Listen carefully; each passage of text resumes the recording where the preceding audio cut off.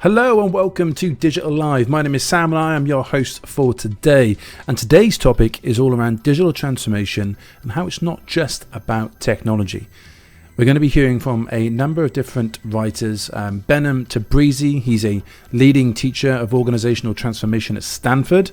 We've got Ed Lam, CFO of Lianfeng Limited, Kurt Gerard, former director of planning and development at Santa Clara County, and Vernon Irvin, who is the president of government education and mid and small business division at CenturyLink. They've given some fantastic hints and tips online all around how to ensure that your digital transformation projects are a success from all of their learning brought together. And in summary, companies are pouring millions at digital transformation initiatives, but a high percentage of those fail to actually pay off and add any value. And that's because companies put the cart before the horse, focusing on a specific technology, such as, we need a machine learning strategy, rather than doing the hard work beforehand of fitting the change into the overall business strategy first. Not only should they align tech investments with their business goals, but they should also lean more on insider knowledge than outside consultants, bringing people in and acknowledge the fears about job loss that those insiders are probably going to have. They need to develop deep knowledge of how changes will affect customer experiences and use process techniques borrowed from generally around the tech world, experimentation, prototyping, etc., so that they can facilitate the change that needs to come. Lesson 1. We're going to start off with figuring out your business strategy before you actually invest in anything. Now, leaders who aim to organize or enhance organizational performance through the use of digital technologies often have a real specific tool in mind. They come with that pre-thought already made. And our organization needs a machine learning strategy as one of those examples I mentioned earlier.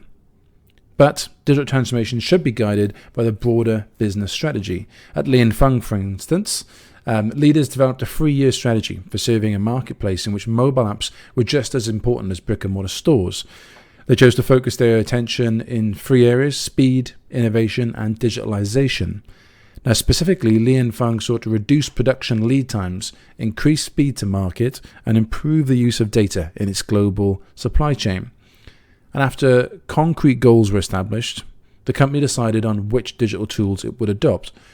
Just to take speed to market as an example, Lianfeng have embraced virtual design technology, and it's helped them to reduce time from design to sampling by over 50%, which is fantastic. Lianfeng also helped suppliers to install real-time data tracking management systems to increase production efficiency, and they built Total Sourcing, a digital platform that integrates information from customers and vendors. The finance department took a similar approach and ultimately reduced month-end closing time by more than 30% and increased working capital efficiency by over $200 million. There's no single technology that will deliver speed or innovation as such. The best combination of tools for a given organization will vary from one vision to another. The next one is lesson 2, leveraging insiders. Organizations that seek transformations, digital or otherwise, frequently bring in an army of outside consultants who tend to apply sort of a one-size-fits-all solution in the name of best practice. The approach that we would suggest to transforming our respective organizations is to rely instead on insiders, staff who have intimate knowledge about what works and what doesn't in their daily operations. And if we look at Santa Clara County in California, they provide one example with the Department of Planning and Development, where it was re-engineering workflows with the goal of improved efficiency and customer experience. Now, initially, external consultants made recommendations for the permit approval process based on work they themselves had done for other jurisdictions in the area, which tended to take a decentralized approach. However, customer-facing staff internally knew that based on interactions with residents that a more unified process would probably be better received. Therefore, Kurt Gerard and his team heavily adapted the recommended tools, process diagrams, and key elements of the core software as they redesigned the workflow. And as a result of that, the permit processing time was cut by 33%. And often new technologies can fail to improve organizational productivity, not because of the fundamental flaws in the technology, but because intimate insider knowledge has been completely overlooked. Lesson 3 is designing customer experiences from the outside in. Now, if the goal of design is to improve customer satisfaction and intimacy, then any effort must be preceded by a real diagnostic phase with in-depth input from their customers and users. The staff at the Santa Clara County's Department of Planning and Development conducted 90 individual interviews with customers in which they asked each customer to describe the department's strengths and weaknesses. And in addition to this, the department held focus groups during which they asked various stakeholders, including some agents, developers, builders, agriculturalists, and some crucial local institutions like Stanford University, for instance, to identify their needs, establish their priorities, and grade the department's performances. The department then built the input into their transformation. To respond to customer requests for greater transparency about the permit approval process, the department broke down the process into phases and altered the customer portal. Customers are then able to track the progress of their applications as they move from one phase to the next. And to shorten processing time, the department configured staff software so that it would automatically identify stalled applications. Now, to enable personalized help, the department gave permit center staff dashboards so they can control the permit workflow themselves. And leaders often expect that the implementation of one tool like this or an app will enhance customer satisfaction on its own. However, I think we all know that the department's experience here, for instance, shows the best way to maximize customer satisfaction is often to make smaller scale changes to different tools, different points, all within the service cycle as its entirety. The only way to know where to alter or how to alter is through obtaining extensive and in-depth input from our customers. Lesson 4 is to recognize employees' fear of being replaced. This is super important. When employees perceive that digital transformation could threaten their jobs, they may consciously or even unconsciously resist the changes. And if the digital transformation then turns out to be ineffective, management will eventually abandon the effort and their jobs will be saved, or so the thinking goes. It's a critical point for leaders to recognize those fears and to emphasize that the digital transformation process is an opportunity for employees to upgrade their expertise to suit the marketplace of the future. If we look at Benham's experience, as we mentioned earlier, they coached over 20,000 employees from multiple organizations through the digital transformation process. And he's also consulted with organizations mentioned in this article as well, but he often encounters participants who are skeptical of the entire operation from the get-go. And in response, he developed his inside-out process, where all participants are asked to examine what their unique contribution to the organizations are, and then to connect those strengths to components of the digital transformation process, which they will then take charge of, if at all possible. This gives employees control over how the digital transformation will unfold and frames new technologies as means for employees to become even better at what they do. And at CenturyLink, where, again, one of the people that wrote this actually comes from, the sales team had been considering adopting artificial intelligence to increase their productivity. Yet how artificial intelligence should be deployed remained pretty much open to suggestion. But ultimately, the team customized an AI tool to optimize each salesperson's effort by suggesting which customers to call, and when to call them and what to say during the call in any given week. The tool also contained a gamification component, which made the selling process more interesting. Now, Vernon Irvin, which we talked about earlier, who watched this process from the inside out, observed that it made selling more fun, which basically translated into an increase in customer satisfaction and a 10% increase in sales.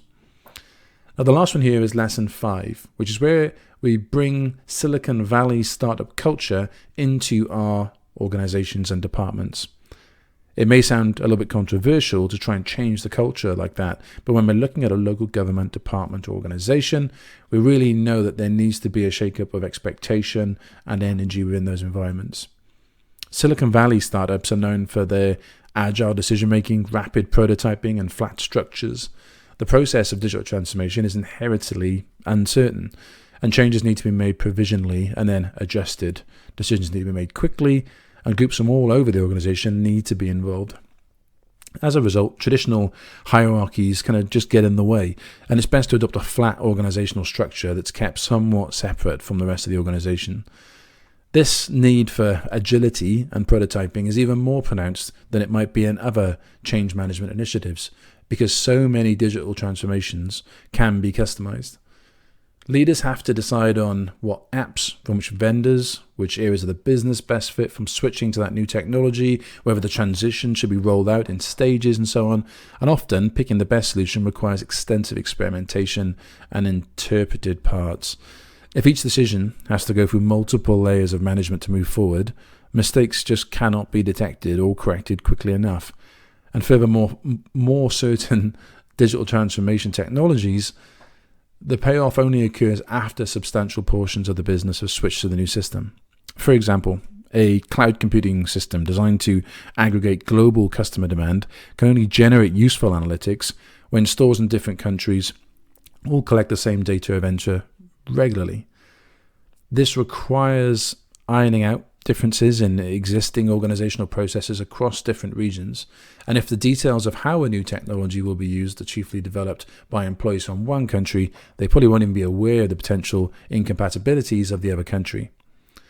Now, working with Li and Feng, Benham, who we mentioned earlier, helped to create 6 cross-functional teams, each staffed by employees from different offices in Hong Kong, mainland China, Britain, Germany, and here in the US. The teams led different strategies of the digital transformation, and since the structure of these teams was flat, they were able to present ideas to and obtain input from Ed Lam, the CFO, and heads of business units pretty quickly.